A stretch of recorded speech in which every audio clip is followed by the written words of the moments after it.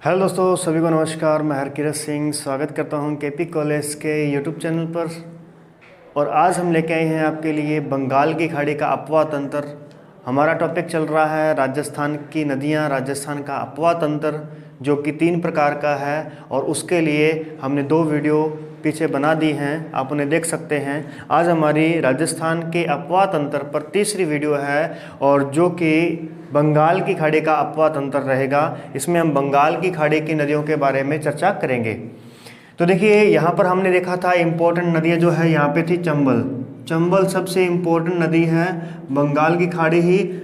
और इसके अलावा राजस्थान की सभी नदियों में सबसे ज़्यादा इम्पोर्टेंट नदी चंबल है, क्योंकि चंबल नदी जो है इसको कामधेनु कहा जाता है। कामधेनु कहते हैं इसे, चरमवती कहते हैं, चरमवती। इसे नित्यवाहिनी कहा जाता है, नित्यवाहिनी कहा जाता है। इसे सदावाहिनी कहा जाता है, क्योंकि ये वर्ष भर राजस्थान की एकमात्र नदी, राजस्थान की 2 नदियां ऐसी हैं जैसे माही और चंबल, जो कि नित्यवाहिनी है, 12 मासी नदियां कह सकते हैं जिन्हें हम। उसके बाद दूसरी इसकी विशेषता ये आती है कि ये जो नदी है ये भी 6 जिलों से होकर के गुजरती है, 6 जिलों से होकर गुजरती है। और वो 6 जिले कौन कौन से हैं चर्चा करते हैं। तो देखिए, सबसे पहले ये मध्य प्रदेश से इसका उद्गम होगा, मध्य प्रदेश। तो मध्य प्रदेश में इसका उद्गम होगा। तो उसके बाद में ये आ जाएगी राजस्थान में। तो राजस्थान में ये एंटर करेगी चित्तौड़गढ़ जिले से, चित्तौड़गढ़ के बाद में जाएगी कोटा, कोटा के बाद में बूंदी, बूंदी के बाद में सवाई माधोपुर, सवाई माधोपुर के बाद में करौली, और करौली के बाद में धौलपुर, धौलपुर के बाद में चली जाएगी उत्तर प्रदेश।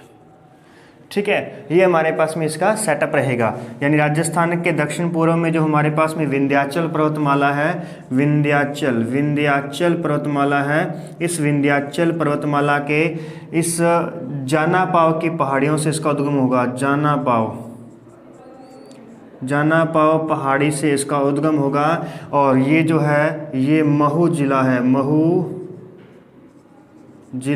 जिला जो है किसका है, मध्य प्रदेश का है। महू जिला से इसका उद्गम होगा। महू के बाद में ये रतलाम, मंदसौर इसमें बहती हुई कहाँ आ जाएगी, राजस्थान में ये एंटर करेगी। तो राजस्थान में ये एंटर करेगी और एंटर करेगी चित्तौड़गढ़ के 84गढ़ से एंटर करेगी। चित्तौड़गढ़ के ये जो क्षेत्र है ना हमारा, जो ये है बैंसरोड़गढ़ क्षेत्र है। और बैंसरोड़गढ़ कहाँ, तो 84गढ़ से इसका जो है 84गढ़ से राजस्थान में इसकी एंट्री हो जाएगी। तो जैसे चंबल नदी का चित्तौड़गढ़ के 84गढ़ से राजस्थान में प्रवेश होता है। चित्तौड़गढ़ के बाद में ये चित्तौड़गढ़ में ही हम देखें इस पर, तो हमें मिलेगा रावत बाटा के पास में राणा प्रताप सागर बांध मिलेगा। उसके बाद हम चले जाएंगे कोटा में। तो कोटा में हमें पहले मिलेगा जवाहर सागर बांध मिलेगा। फिर हमें मिलेगा कोटा बेराज मिलेगा। उसके बाद हम चले जाएंगे बूंदी की सीमा को टच करने के बाद में चली जाएगी सवाई माधोपुर के बाद में करौली, धौलपुर, और धौलपुर के बाद में ये जाकर मिल जाएगी किसके अंदर, यमुना में मिल जाती है। ओके, इस प्रकार से ध्यान रखिएगा, ये सेटअप इस तरीके से बनता है। और चंबल नदी जो है राजस्थान में बहने वाली क्या है, सबसे लंबी नदी। राजस्थान की जितनी भी नदियां हैं उनमें सबसे लंबी नदी जो है वो चंबल नदी आती है। लेकिन अगर आपसे पूछ लिया जाए कि पूर्णतः राजस्थान में बहने वाली सबसे लंबी नदी कौन सी होगी, तब हमारा आंसर आएगा बनास नदी, क्योंकि बनास नदी 480 किलोमीटर लंबी बहती है और वो पूर्णतः राजस्थान में ही बहती है। ओके, तो ये रहेगा हमारे पास में इस प्रकार से। इसके साथ ही देखेंगे जरा, तो यहाँ देखिए इस नदी पर 4 बांध बने हुए हैं। 100 किलोमीटर के दायरे में ही इस नदी पर कितने बांध मिलेंगे, हमें 4 बांध मिलेंगे। तो पहला आता है गांधी सागर बांध है, जो कि मध्य प्रदेश में आता है, मध्य प्रदेश है ना। तो यहाँ से राजस्थान में एंट्री इसकी हो जाती है। रावत बाटा कहाँ आ गया, चित्तौड़गढ़ के अंदर आ गया। और ये कहाँ पे आ गए, कोटा बेराज और जवाहर सागर बांध, ये कोटा में आ जाते हैं। इसके अलावा यहाँ पे अगर हम बात करें तो इसके अलावा हमें कोटा के अंदर क्या मिलेगा, तो यहाँ मिलेगा हैंगिंग ब्रिज मिलेगा, झूलता पुल मिलेगा।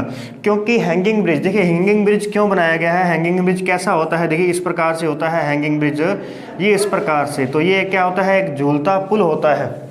अब यहाँ पर इस प्रकार का ब्रिज क्यों बनाया गया है, देखिए इसके पीछे की भी इसका कारण है कि हैंगिंग ब्रिज इसलिए बनाया गया कि अगर हम इसको ब्रिज को नीचे से सपोर्ट देंगे, नीचे से हम यहाँ पे पिलर बना करके इसको सपोर्ट देंगे, तो क्या है कि ये जो नदी है ना, ये नदी राजस्थान में सर्वाधिक अपर्दन करने वाली नदी है। राजस्थान में सर्वाधिक अपर्दन करने वाली नदी कौन सी है, तो नाम क्या आएगा, चंबल नदी है। सर्वाधिक कंदराओं बनाने वाली नदी कौन सी है, कंदराओं यानी कि गुफाएं बनाने वाली नदी कौन सी है, तो चंबल नदी है। सबसे अधिक ये कंदराएं कहाँ बनाती है, तो बूंदी के केशवराय पाटन जो है स्थान, उसके पास में कोटा से लेकर के बूंदी का जो केशवराय पाटन है, वहाँ तक ये सबसे अधिक कंदराएं और सबसे अधिक ये उसका आपर्दन करती है। क्योंकि ये जो नदी है, ये जो क्षेत्र है, इतना क्षेत्र की अगर हम बात करें तो ये क्षेत्र आता है किसमें हमारे, ये आता है हाड़ौती का पठार आता है, यानी मालवा के पठार का एक हिस्सा है हाड़ौती का पठार। उस हाड़ौती के पठार में ये नदी बहती है और जो उस वहाँ बहने के कारण उस पठार की मिट्टी को क्या करती है, ये अपर्दित करती है। तो मिट्टी का अपर्दन करके अपने साथ में ले जाती है और उसे काट देती है, जिस वजह से यहाँ नीचे का जो पिलर है, ये नीचे से हम सपोर्ट इसको नहीं दे सकते। इसीलिए यहाँ पर हमें कौन सा ब्रिज बनाना पड़ा, तो हैंगिंग ब्रिज बनाया गया है। तो ध्यान रखिएगा हैंगिंग ब्रिज। इसी हैंगिंग ब्रिज के ऊपर से हमारा पूर्व पश्चिम गलियारा, पूर्व पश्चिम कॉरिडोर गुजरता है, ध्यान रखिएगा। एक उत्तर दक्षिण कॉरिडोर होता है, यानी अगर आप उत्तर श्रीनगर से लेकर के कन्याकुमारी तक जाना चाहते हैं तो आपको एक कॉरिडोर यानी एक सड़क है, तो वो सड़क परियोजना ही, लेकिन उसे एक कॉरिडोर नाम दिया गया है। तो आप उस पर ही चलते जाएंगे तो डायरेक्ट आपको कहीं पर कोई रुकावट नहीं होगी, आप पहुंच सकते हैं। ऐसे ही पूर्व से यदि हम असम के सिलचर से चलना शुरू करेंगे तो और हमें पश्चिम में पोरबंदर तक जाना है, तो उसके लिए हमें कोई रुकावट नहीं होगी, हम सीधे ही एक रास्ते पर चलते जाएंगे और वो रास्ता जो है वो कहाँ से गुजरता है, वो इस हैंगिंग ब्रिज के ऊपर से गुजरता है। इंपॉर्टेंट पॉइंट है, ध्यान रखिएगा। ओके, इसके बाद देखते हैं तो ये बहुत अधिक कंदराएं बनाती है, आपर्दन करती है, तो इसलिए ये बहुत गार्ज भी बनाती है, जिस वजह से इसकी कहीं कहीं पर स्पीड बहुत अधिक हो जाती है। कोटा के अंदर इसकी स्पीड बहुत अधिक रहती है, इसीलिए इसे वाटर सफारी भी कहा जाता है, वाटर सफारी भी कहते हैं, वाटर सफारी भी कहा जाता है इस नदी को। क्लियर है। तो इसके बाद देखिए जरा बाकी सब जो हमारे बांध बनाए गए हैं, ये सारे के सारे बांध विद्युत परियोजना के लिए बनाए गए हैं, लेकिन कोटा जो बांध है, कोटा बैराज जो है, ये यहाँ पर विद्युत उत्पादन नहीं किया जाता। तो विद्युत उत्पादन के लिए कौन कौन से बांध रहेंगे, गांधी सागर बांध, राणा प्रताप सागर और जवाहर सागर बांध यहाँ पे रहेंगे। इसके अलावा अगर हम बात करते हैं तो इसी नदी के किनारे पर कोटा शहर मिलेगा हमें। कोटा शहर और केशवराय पाटन जो बूंदी का क्षेत्र है, बूंदी का एक शहर है, वो भी इस नदी पर हमें मिलता है। इसके बाद देखिए जरा ये सवाई माधोपुर के पलिया नामक स्थान से लेकर के धौलपुर के पिनाहट तक ये अंतरराज्य सीमा बनाती है। अंतरराज्य सीमा यानी एक तरफ मध्य प्रदेश है यहाँ पे और एक तरफ राजस्थान है। राजस्थान और मध्य प्रदेश के बीच की सीमा बनाती है ये नदी। अंतरराज्य सीमा बनाने वाली ये एकमात्र नदी कहलाएगी। और यहाँ पर जो इसकी डिफरेंस यानी लंबाई है वो है 241 किलोमीटर, यानी 241 किलोमीटर ये क्या करती है, अंतर्राज्यीय सीमा बनाती है। अगर हम यहाँ तक देखें कि मध्य प्रदेश में इसकी लंबाई कितनी है तो 315 किलोमीटर है, और राजस्थान में इसकी लंबाई देखें हम यहाँ 84गढ़ से लेकर के यहाँ तक की, तो हमें मिलेगी 135 किलोमीटर, 135 किलोमीटर इसकी लंबाई। उसके बाद में 241 और लास्ट में आ जाएगी 285, 285 किलोमीटर। और इस प्रकार से ये हमारे पास में इसकी लंबाई बन जाएगी 966 किलोमीटर। क्लियर है। तो ये है इसकी पूरी लंबाई और पूरी इसकी विशेषता है। इसके अलावा देखिए तो इसकी कुछ सहायक नदियां हैं। सहायक नदियों के बारे में देखते हैं तो सहायक नदियां देखिए जरा इस प्रकार से यहाँ पे हमें मिलेगी। आहू नदी है, आहू की सहायक नदी है काली सिंध सीधे मिलती है इसमें जाकर के, और काली सिंध की सहायक नदी है आहू। काली सिंध की सहायक नदी कौन सी है, आहू है। यहाँ काली सिंध है काली सिंध है। और काली सिंध की एक और सहायक नदी है जिसका नाम है परवन। परवन, तो परवन परियोजना, देखिए आरएस के अंदर क्वेश्चन आया है इसका, परवन परियोजना जो है वो निम्न में से किस जिले से संबंधित नहीं है। तो हमें ऑप्शन दिए गए थे कि कोटा, बूंदी, बारां और झालावाड़। कोटा, बूंदी, बारां और झालावाड़ दिया गया था, तो उसमें आंसर क्या रहेगा, बूंदी इसके अंतर्गत नहीं आता, क्योंकि बूंदी जो है वो चंबल के बाईं तरफ रह जाता है, जबकि ये परवन जो है वो उसके दाईं तरफ है। इसके अलावा इसके बाद में देखिए आप पार्वती नदी देखेंगे, तो पार्वती नदी जो है, पार्वती नदी जो, ये सारी की सारी नदियां ही मध्य प्रदेश से आती हैं, मध्य प्रदेश से आती हैं और राजस्थान में आकर के ये चंबल में मिल जाती हैं, चंबल की सहायक नदियां बन जाती हैं। यहीं पर अगर हम देखें तो काली सिंध और आहू नदी के बीच में हमें मिलेगा घाघरोन दुर्ग मिलेगा। घाघरोन दुर्ग जो है वो कहाँ पे मिलेगा, काली सिंध और आहू नदी के बीच में स्थित है, ठीक है। परवन नदी की बात करते हैं तो परवन नदी पर हमें मिलेगा मनोहर थाना दुर्ग मिलेगा। मनोहर थाना दुर्ग है, मनोहर थाना दुर्ग झालावाड़ का है। और शेरगढ़ अभयारण्य और शेरगढ़ दुर्ग जो है ये 12 जिले का है। शेरगढ़ अभयारण्य और शेरगढ़ दुर्ग जो है वो किसका है, 12 जिले में स्थित है। और वो कौन सी नदी के किनारे पर स्थित है, परवन नदी के किनारे पर स्थित है। क्लियर। उसके बाद में देखते हैं तो पार्वती नदी जो है यहाँ पे पलिया के पास में जाकर के चंबल में मिल जाती है। इस तरफ से अगर हम बात करें तो यहाँ से हमें मिलेगी, यहाँ से आने वाली नदी है ब्राह्मणी नदी है, यहाँ पर आती है, इसके साथ में मिलती है। और इसके अलावा देखें तो यहाँ हमें मिलेगी बनास नदी, इसकी सबसे महत्वपूर्ण सहायक नदी जो है वो कौन सी, बनास मिलेगी। तो देखिए बनास नदी जो है, बनास नदी का उद्गम होता है राजसमंद की खमनोर पहाड़ियों से, राजसमंद की पहाड़ियों से इसका उद्गम होता है, खमनोर की पहाड़ियों से।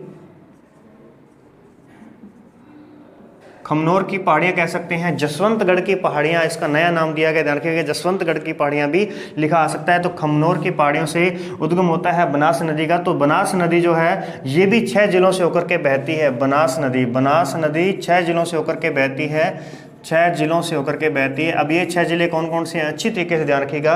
3 नदियाँ मैंने आपको बता दी हैं जो 6 जिलों से होकर के बहती हैं, लूणी है, बनास है और चंबल है, ठीक है। अब देखिए जरा ये 6 जिले कौन से रहेंगे, तो सबसे पहले आता है राजसमंद। सबसे पहले कौन सा आ जाएगा, राजसमंद आ जाएगा। राजसमंद के बाद में ये चली जाएगी कहाँ पे, चित्तौड़गढ़ के अंदर आ जाएगी, चित्तौड़गढ़। तो चित्तौड़गढ़ के बाद में चली जाएगी भीलवाड़ा। और भीलवाड़ा के बाद में देखेंगे तो भीलवाड़ा के बाद में आ जाएगी अजमेर में थोड़ी सी टच करेगी। अजमेर के बाद में आ जाएगी टोंक, और टोंक के बाद में आ जाएगी सवाई माधोपुर। टोंक के बाद में कहाँ आ जाएगी, सवाई माधोपुर में आ जाएगी। और इस प्रकार से ये 6 जिलों से होकर के बहेगी। राजसमंद में बात करते हैं तो राजसमंद में इस नदी के किनारे पर नंदसमंद बांध है, नंदसमंद बांध बना हुआ है, नंदसमंद बांध बना है। उसके बाद में देखें भीलवाड़ा में इसके साथ में मिलने वाली सहायक नदी जो है वो मेनाल और बेड़च है, बेड़च और मेनाल है। तो ये बेड़च और मेनाल जो है ये बिगोंद, भीलवाड़ा के बिगोंद नामक स्थान पर बनास में मिलकर के क्या बनाती हैं, ये त्रिवेणी संगम बनाती हैं। ध्यान रखिएगा, त्रिवेणी संगम कहाँ बनता है, बिगोंद नामक स्थान पर बनता है। किनका त्रिवेणी संगम है, बेड़च, मेनाल और बनास का संगम है। जैसे हमने देखा था सोम, माही और जाखम का त्रिवेणी संगम वणेश्वर धाम में होता है, उस प्रकार से ये भी ध्यान रखिएगा। इसके बाद देखते हैं, आगे बढ़ेंगे तो आगे हमें यहाँ पे मिलेगी एक खारी नदी है, और खारी नदी एक डाई नदी है। खारी नदी का जो उद्गम है ये बिजराल ग्राम की पहाड़ियों से होता है, बिजराल ग्राम की पहाड़ियों से उद्गम होता है। राजसमंद से ही उसका उद्गम हो रहा है यहाँ पे, और ये अजमेर से होती हुई टोंक जिले में जाएगी, और टोंक जिले में जाकर के ये बनास में मिल जाएगी, और ऊपर से आएगी हमारे पे यहाँ पे डाई नदी आएगी, इधर से आएगी डाई। ये कौन सी है, खारी नदी। और इनका संगम होता है इनका राजमहल के निकट इनका त्रिवेणी संगम होता है, और यहीं पर ही बनाया गया है इसका बिसलपुर बांध। बिसलपुर बांध बनाया गया है। और बिसलपुर बांध जो है ये परियोजना है जल सिंचाई के लिए भी और जल उपलब्ध करवाने के लिए परियोजना है। तो बिसलपुर परियोजना राजस्थान की सबसे बड़ी पेयजल परियोजना है। ध्यान रखिएगा, राजस्थान की सबसे बड़ी पेयजल परियोजना जो है वो कौन सी है, वो रहेगी बिसलपुर परियोजना। उसके बाद चलते हैं आगे, सवाई माधोपुर में आएंगे तो सवाई माधोपुर में इस नदी पर इसरदा बांध बनाया गया है। इसरदा बांध बनाया गया है, ध्यान रखिएगा, इसरदा बांध बनाया गया है। और यहीं पर ही सीप नदी इसमें मिलेगी, सीप नदी जो है यहाँ मिलेगी। तो यहाँ पर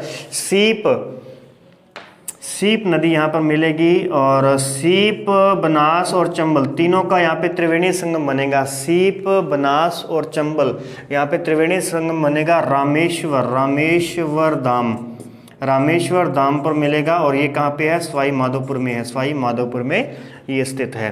क्लियर है। यहाँ देखेंगे बेड़च नदी की बात करते हैं तो बेड़च नदी का उद्गम जो होता है ये गोगुंदा की पहाड़ियों से होता है। गोगुंदा की पहाड़ियों से होता है, लेकिन ये अरावली के पूर्व से होता है, जबकि हमने देखा था साबरमती के बारे में, वो गोगुंदा के दक्षिण पहाड़ियों से उसका उद्गम होता था। तो गोगुंदा से, उदयपुर से इसका उद्गम होता है और उदयपुर में ही इस नदी पर एक सभ्यता है जिसका नाम है आयड़ सभ्यता है। इसीलिए इस नदी को कई बार आयड़ नदी भी कहा जाता है, आयड़ नदी या आहड़ नदी भी कहते हैं। और यहीं पर बनी हुई है उदय सागर झील बनी हुई है, उदय सागर झील। तो उदय सागर झील के बाद में इसका नाम बेड़च कहते हैं। उदय सागर झील से पहले इसे आहड़ या आयड़ नदी के नाम से जाना जाता है। क्लियर है। उसके बाद देखेंगे तो इस बेड़च नदी की जो एक सहायक नदी है उसका नाम है गंभीरी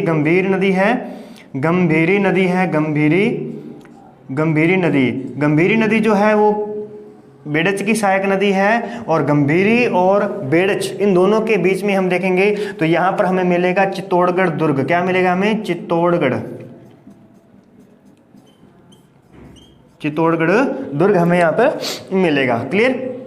उसके बाद देखेंगे तो यहाँ पे बेड़च नदी आकर के मिल गई, इधर से मेनाल आ गई। तो मेनाल नदी पर मेनाल जलप्रपात है। मेनाल नदी पर क्या है? मेनाल जलप्रपात है। और चंबल नदी पर चूलिया जलप्रपात है। चंबल नदी पर क्या स्थित है? चूलिया जलप्रपात है। चूलिया जलप्रपात जो कि राजस्थान का सबसे ऊंचा जलप्रपात है, 18 मीटर इसकी ऊंचाई है। राजस्थान का सबसे ऊंचा जलप्रपात कौन सा है? चूलिया जलप्रपात है, जो कि चंबल नदी पर स्थित है। कहाँ? चित्तौड़गढ़ में। ओके, देख पा रहे हैं आप, चित्तौड़गढ़ में स्थित है। ओके, चलिए आगे बढ़ते हैं। और मेनाल के बारे में हमने देख लिया। ये मंडलगढ़ तहसील, भीलवाड़ा के मंडलगढ़ तहसील से इसका उद्गम होता है। मंडलगढ़ तहसील से उद्गम होता है। मेनाल जलप्रपात है और उसके बाद में बिगोंद में जाकर के ये मिल जाएगी। इधर से देखते हैं तो यहाँ से आती है कोठारी नदी आती है।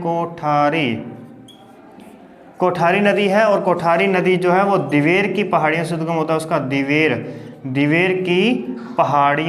की पहाड़ियों से उद्गम होता है कोठारी नदी का। और कोठारी नदी पर मेजा बांध बना हुआ है। ध्यान रखिएगा, मेजा बांध जो है वो किस पर बना हुआ है? कोठारी नदी पर बना हुआ है मेजा बांध।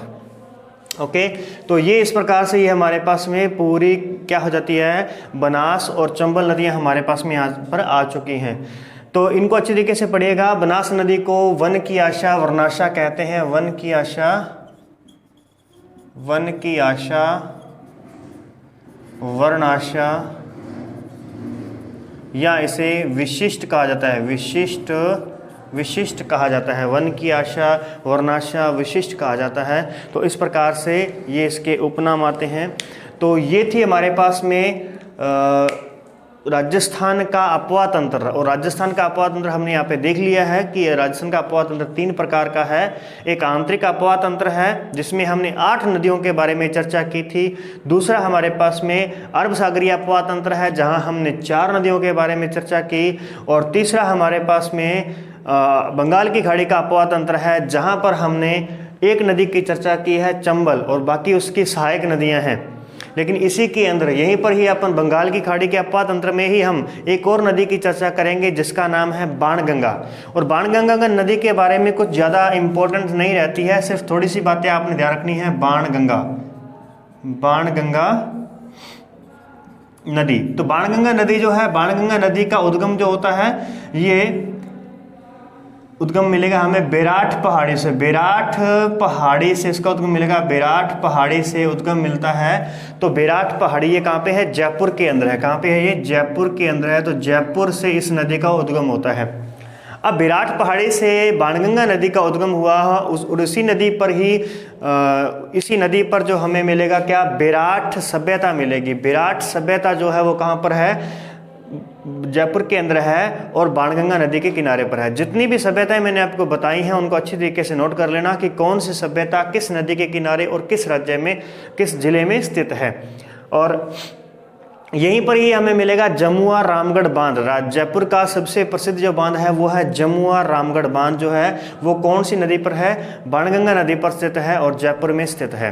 देखिए पहला पॉइंट क्या है, विराट पहाड़ी से इसका उद्गम हुआ। विराट पहाड़ियों से उद्गम होने के बाद में यहाँ पर विराट सभ्यता मिलेगी और विराट सभ्यता के बाद में हमें जमुआ रामगढ़ बांध मिलेगा। और यहीं पर ही विजयनगर है, विजयनगर स्थित है जो कि इस विराट सभ्यता की राजधानी कहलाती थी। तो विजयनगर ध्यान रखिएगा।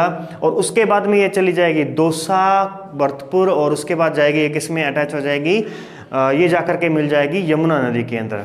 क्लियर है। इसके बारे में ज़्यादा चर्चा नहीं की जाती। बस इसे बाणगंगा है तो इसे अर्जुन की गंगा कहा जाता है, अर्जुन की गंगा, या इसे ताला नदी कहते हैं, ताला नदी, या इसे रुंडित नदी कहा जाता है। ध्यान रखिएगा, अर्जुन की गंगा, बाणगंगा, अर्जुन की गंगा या ताला नदी या रुंडित नदी कहते हैं, रुंडित नदी कहते हैं इसको, ये इसके उपनाम रहेंगे।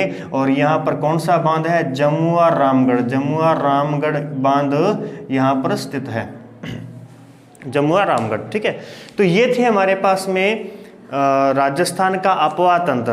क्लियर है। तो आपको ये क्लास जो है वो कैसी लगी, आपको इसके बारे में कोई भी डाउट रहे तो कमेंट सेक्शन में बताना मत भूलिएगा। चैनल को सब्सक्राइब कर लें और वीडियो को लाइक करना मत भूलिएगा। मिलते हैं नेक्स्ट वीडियो में।